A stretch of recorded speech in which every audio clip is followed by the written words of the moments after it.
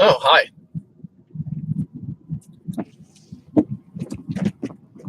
Oh, I need to grab that.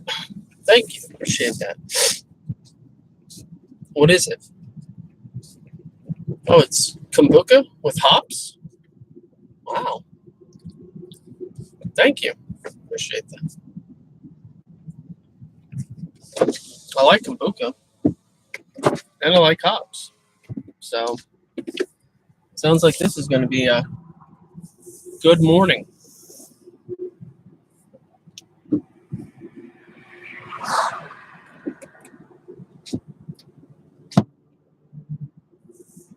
Alrighty.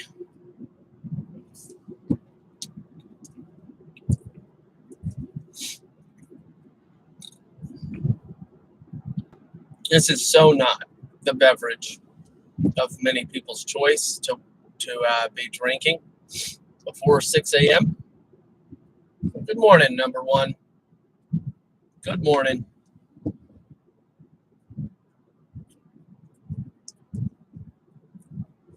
Hoppy kombucha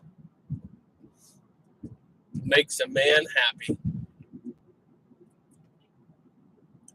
But I can tell you, I really enjoy the kombucha. I actually think that hops are an excellent way to start the day. I think that hoppy coffee and hoppy kombucha are both good. The fruitiness, I mean,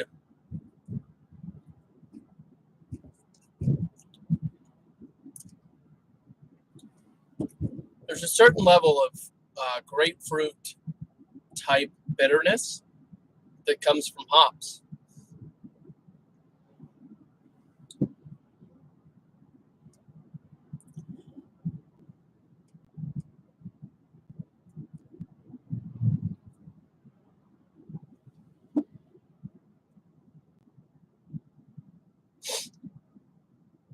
But yeah, I popped that bottle. I opened the cap this morning and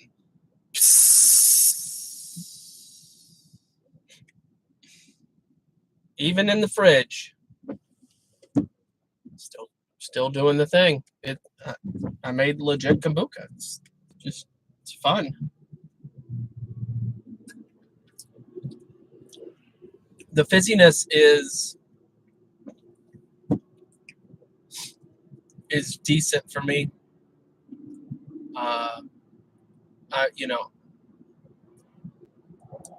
I'm nervous. I don't want to blow up a bottle. That's the main thing. So next time, what I'll probably do is I won't open the top after my day of fermenting, or for the second ferment. Once I bottle it, I'll probably leave my guests, because I released the pressure for each bottle. Just like how much nation is building up, how fast. So in 24 hours, I opened the bottle. Yesterday, 3 on one on another topic, and had a nice conversation with a friend, which I call all you guys friends. Well, the ones of you that consider me a friend, I guess. Sometimes when I'm talking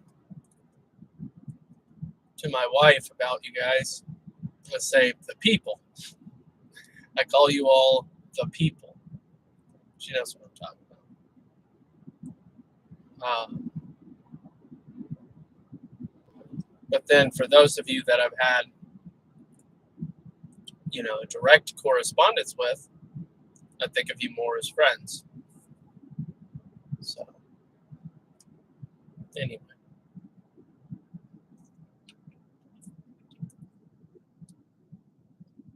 And like I said yesterday, it's really nice to get to know people, hear their stories, and have other people hear their story too.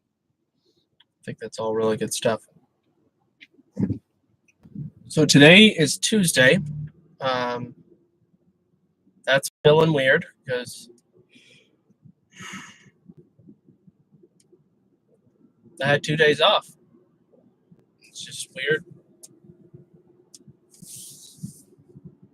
And this today and tomorrow is supposed to be really, really, really busy. Excuse me. And I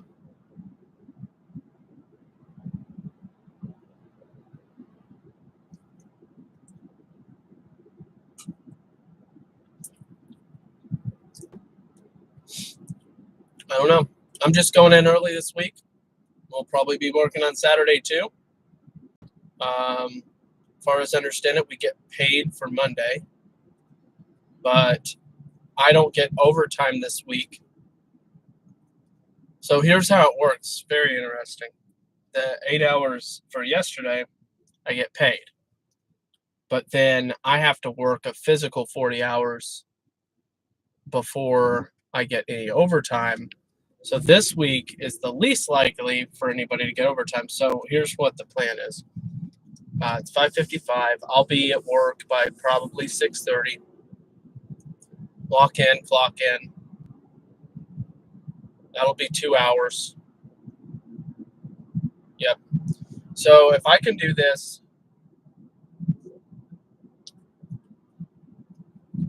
4 days in a row, I'll hit my 8 hours. So I'll be at 40 by the end of Friday. And then I'm done. And then on Saturday, it'll be straight overtime. So it makes for an interesting week. But the irony is it'll be like 48 hours.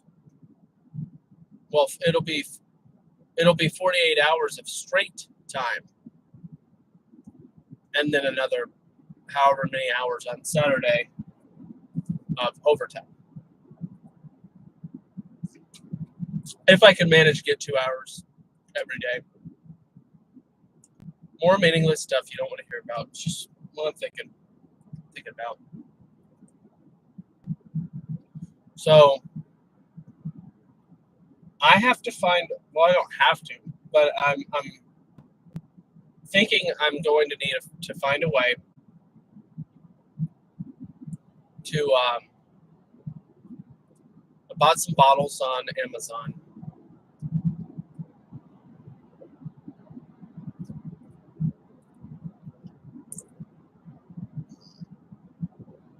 And I'm thinking of finding a way to sell my homemade kombucha, because I'm going to be making two gallons at a time, 2 gallons a week. That'll be a gallon to sell and a gallon to consume, because I think a gallon is sufficient for our family.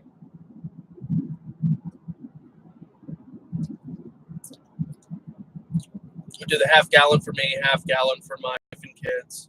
They don't like it. I mean, they like it. I don't think that they consume nearly as much. My kids, not the hoppy kind, they had regular. It was blueberry and black tea. Blueberry, black tea, and black tea half and half mix. That's what that first batch was. And my kids, I gave them all about, I don't know, ounce and a half, 2 ounces. They loved it. But they love kombucha. They drink apple cider vinegar water. We started them at a young age, called it medicine water, when they were feeling bad or whatever. Early, very, very, very early age. Mommy, can I have some medicine water? And Legal Can-Am Bear, good morning. Good morning. There's another secret person here that hasn't said anything, Legal Can-Am. I bet you, I mean, you don't have to, but, sometimes peer pressure helps. I never understand.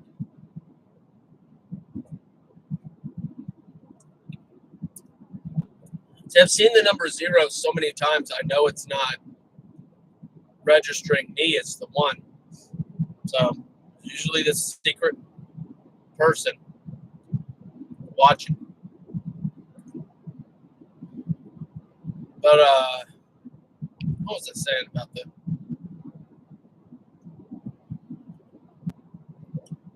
This is so strong, by the way. And when I say like the flavors in what I'm drinking with the hop everything, the hops are still in the jar or in the bottle that I'm pouring from. In fact, as I poured it into this, I had to like pluck out a little hop leaf thing.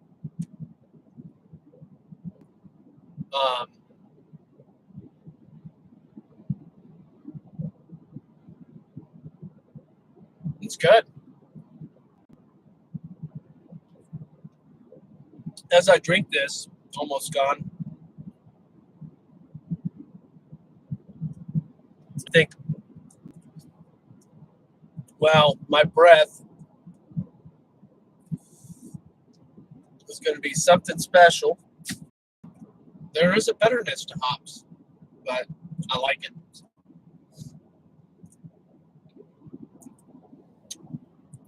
Grapefruity bitterness. I think that's the best way. But then again, there's the vinegarness of the kombucha too that adds to it. my tongue feels like I just ate grapefruit, but it also was so refreshing with the fruity notes and all that. It's good stuff. Alrighty. So, we did a little thing. Say something, secret person.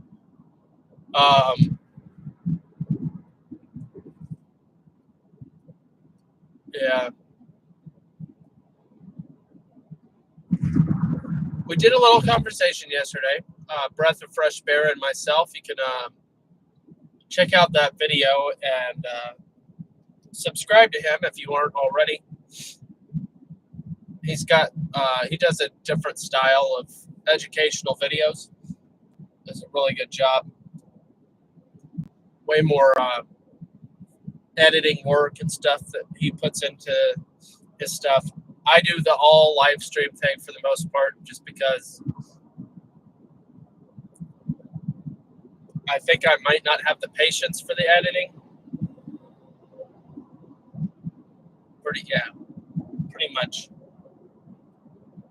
And I get away with that by pretending that I'd rather have awkward silences and me trying to figure out what I want to talk about.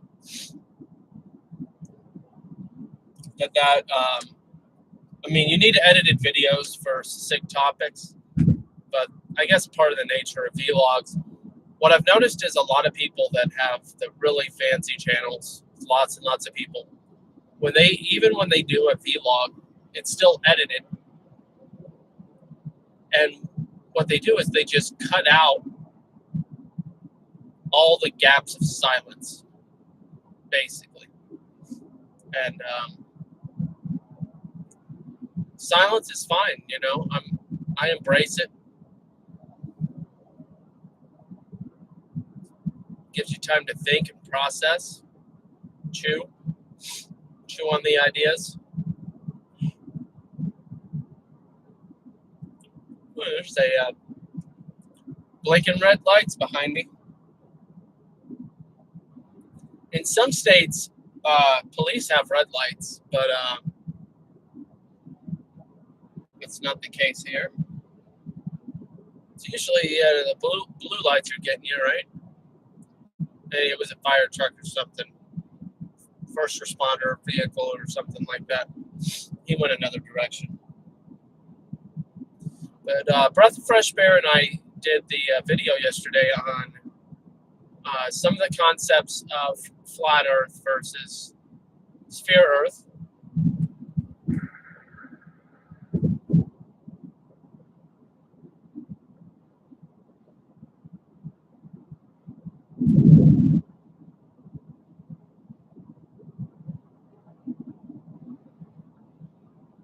And I hadn't heard some of the things that he said, the way that he said it.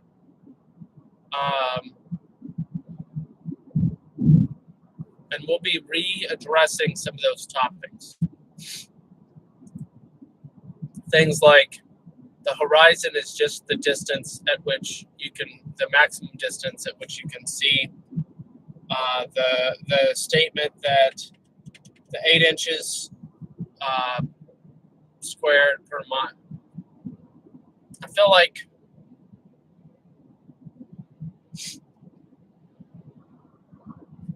oddly enough, even though we are three-dimensional and we look at objects in a three-dimensional way, we also don't. We mostly just understand. So this was my theory. Somebody else's theory too, probably. I'm staring at this plane that's like directly above me. It's a big old UPS plane. It's got its landing gear down. It's landing. Massive plane. It's floating right in front of me.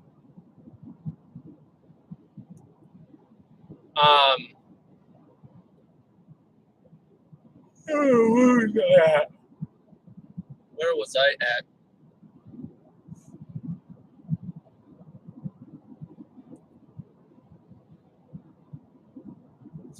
Okay, so I had developed this idea in and of myself. I didn't read it anywhere, but I'm sure somebody else has thought of this too. I'm sure they have. I'm usually not the one that comes up with an idea that no one has ever thought of before, except in regards to strange food combinations. In that case, I'm usually the winner. I'll give you an example in a little bit. All right.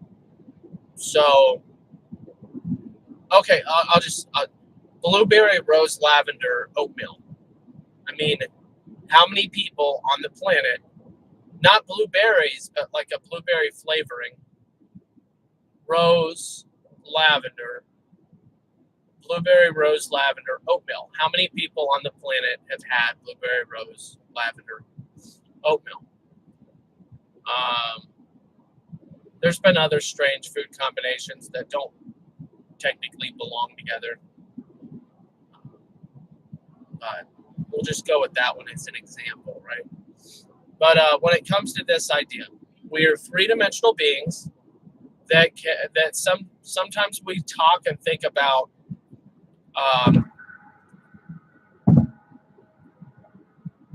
what's it called?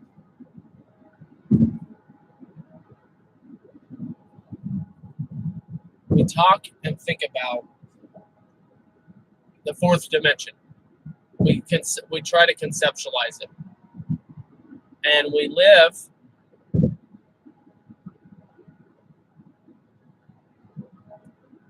in a three-dimensional reality for the most part. I think it's a fourth dimensional reality, but what we look at, what we see with our eyes, we understand as third dimensional. However, as third/fourth, I think that we're more so three-dimensional beings than fourth dimensional. I mean, just follow me here.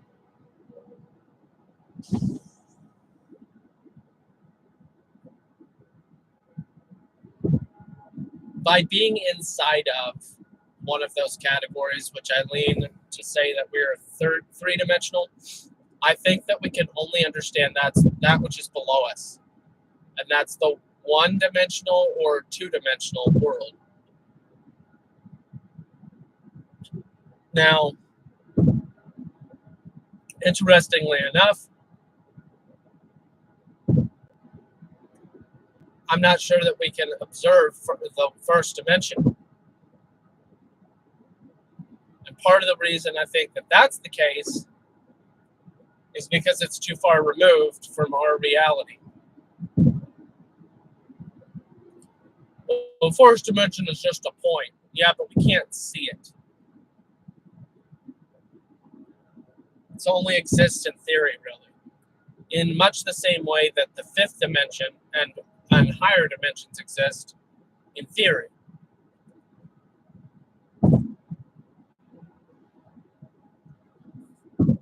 So,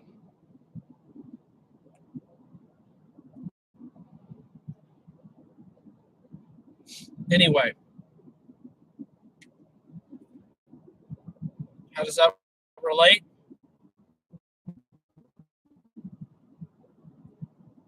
Let's go back to the second dimension. As three-dimensional beings, understanding things in the second dimension primarily, because it's the one that's directly beneath us in regards of a hierarchy of knowledge and ability to understand. If that thing exists, this is just the way that I look at it. I could, this is my idea. I was going to say I could be wrong, but it really, really, really does go without saying when I say it's just my idea.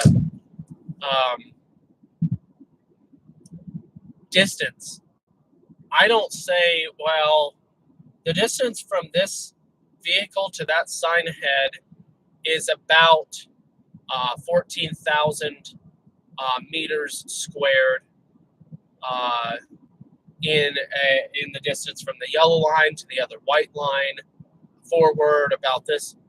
The only way we can conceptualize or understand or define the distance in area or in volume, which oddly are both part of the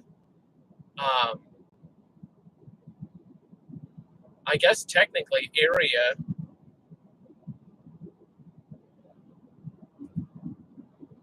would be second dimensional.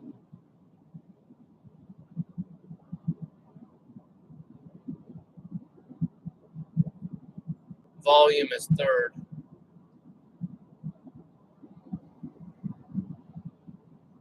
And I wasn't even thinking about area being two-dimensional and volume being the third. But even more so,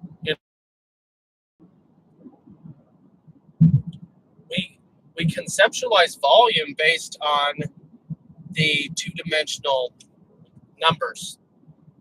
Point A, point B, the distance thereof. Point A, point B, the distance thereof. Multiply the two numbers, or whatever. Three sets of numbers if you're going third dimension.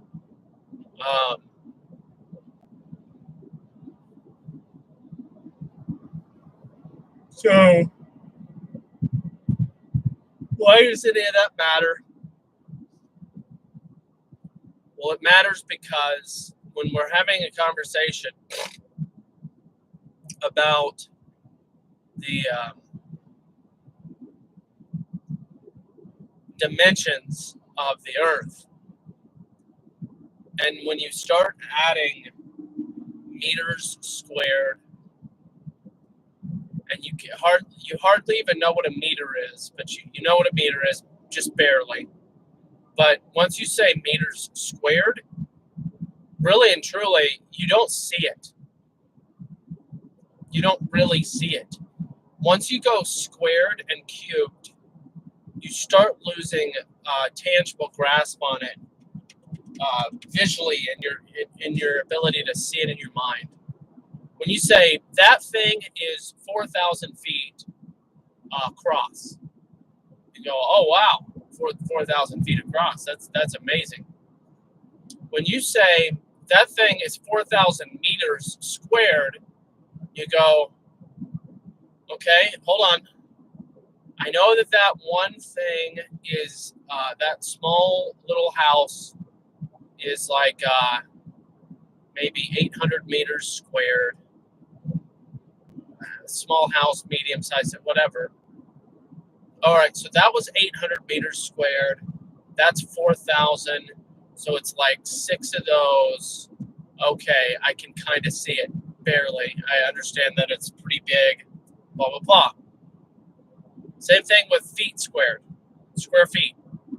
You say, oh, that's 15,000 square feet. You're like, oh, 15,000 square feet, yeah. So like 15 homes, 1,000 square foot home, 15 of those, that would be like, well, 100 feet by 150 feet. I mean, that's like a really big home. Okay.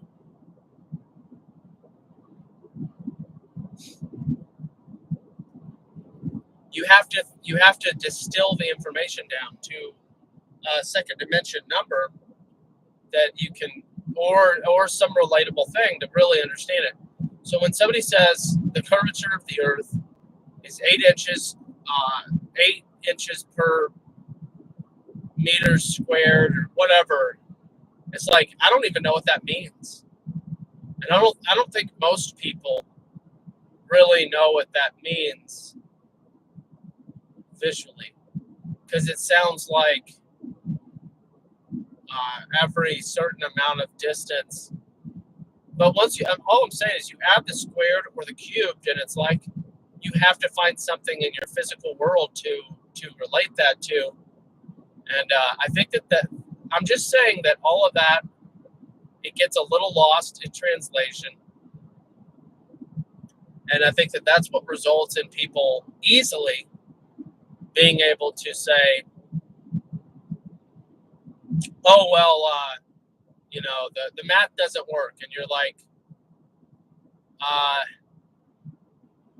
yeah, that's because math is weird and confusing. So, I mean, certain math is trigonometry and all that, calculus. You can't really intuitively, you can and you can't. I'm going to build this catapult. I'm going to launch it at a 45-degree angle. It's going to release the object at 45 degrees, which you can visualize 45 degrees. That's not that hard. The degrees thing is fine. They've done a fine job with the whole 90 degrees is vertical, perpendicular to the ground, and okay. So, but I'm gonna release this at this speed, 45-degree angle, and we have to factor in release speed and all that good stuff, and then its trajectory. Now, there's math that will give you, it's called trigonometry. There's math that will give you the answer as to where that object lands. Very accurately. Very, very, very, very accurately.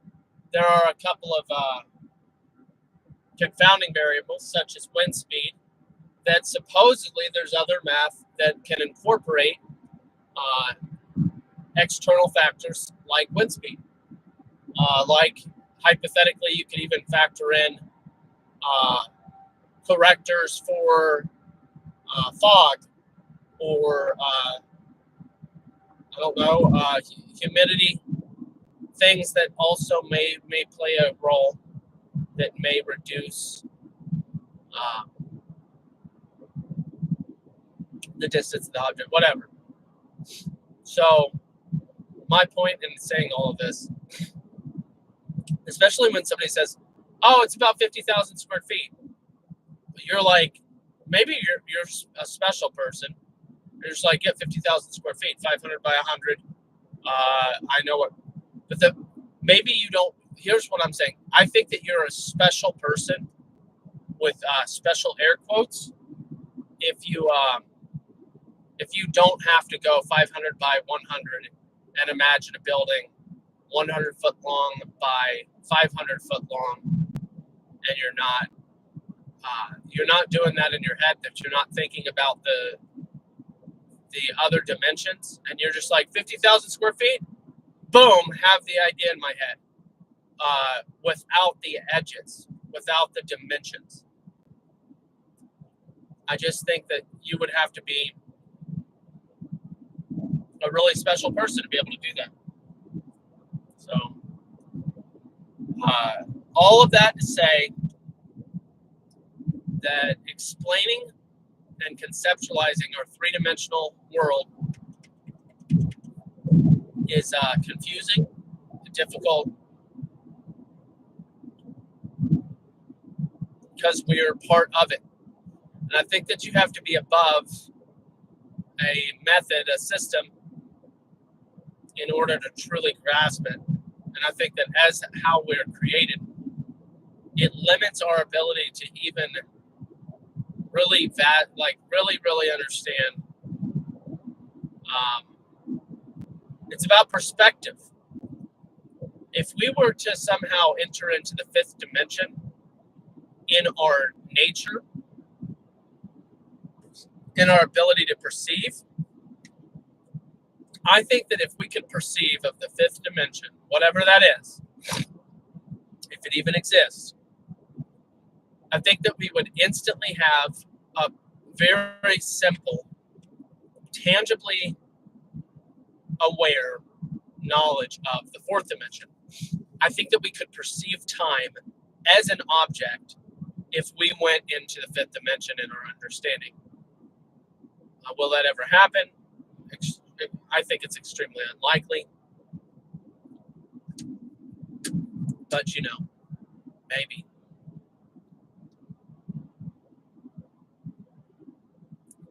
But that's kind of what I'm talking about, is because of whatever dimension we live in, whether or not and it's more than likely that we are existing in a fourth dimension reality. That is what we are contained within. And that's why we can barely understand the third dimension and more easily understand the second dimension. And then you're getting so far removed by the time you get to the first dimension, just X, no Y, no Z, just X, and you can't even see it. It's because it's too far away from our understanding. In the same way that fifth dimension, we can have conversations about, but it's still confusing and weird. And sixth dimension and all that stuff is just theory, and we can talk about it, but it's just theory and doesn't really get us very far in the level of understanding. I don't know. What does all that have to do with the flat Earth and spherical Earth? Well, my main point in bringing of that other stuff up is when you're trying to describe things like 8 inches per meter squared or whatever, you're going to lose some people, most everyone, really. Because most of this stuff can only be explained on paper with math. And people like to reject well, not all people, but some people are like, well, I don't want math. I just want to see it with my own 2 eyes. Well, perspective-wise,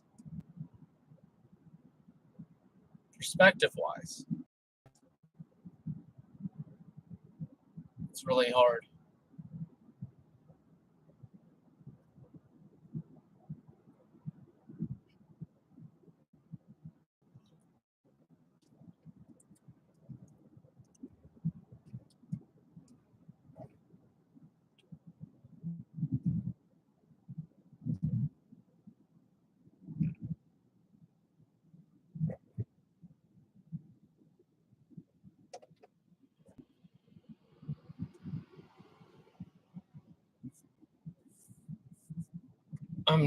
I'm thinking about concrete foundations.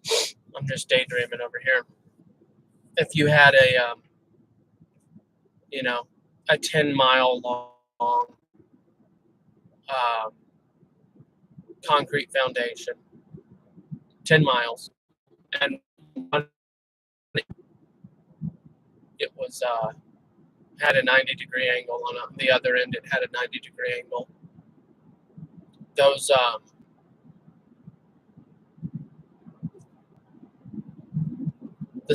you tie a string, the distance would be different.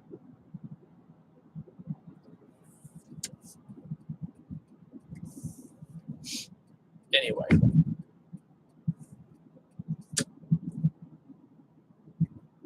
it's fascinating stuff to talk about and think about. I just think that the way that our three-dimensional, four-dimensional reality that we understand is limited to understand some of the other dimensions and math. I think it's just a confusing thing. Anyway, I'm at work. This has been a really strange use of my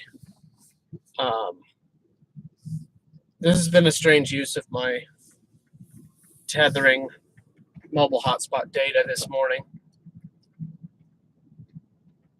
Just a conversation to keep me awake, you know what I mean? So I'm really hoping to have a productive day. My head is I have a little bit of pain, headacheish. I'm really hoping to get past that, have a productive day. When I'm doing extra hours, it's beneficial and important.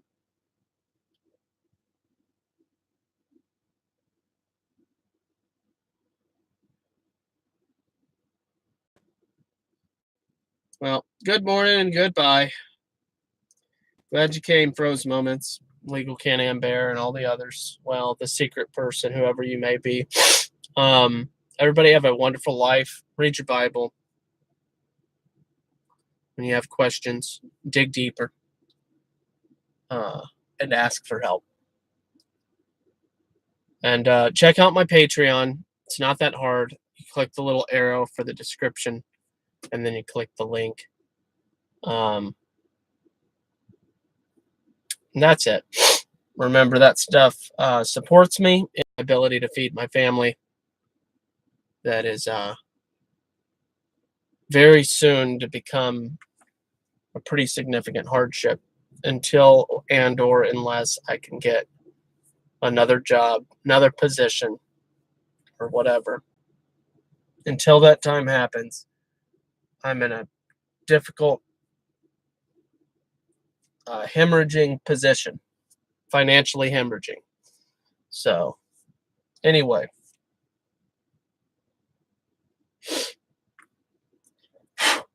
I will see you guys later. Again, read your Bible. More important than anything else.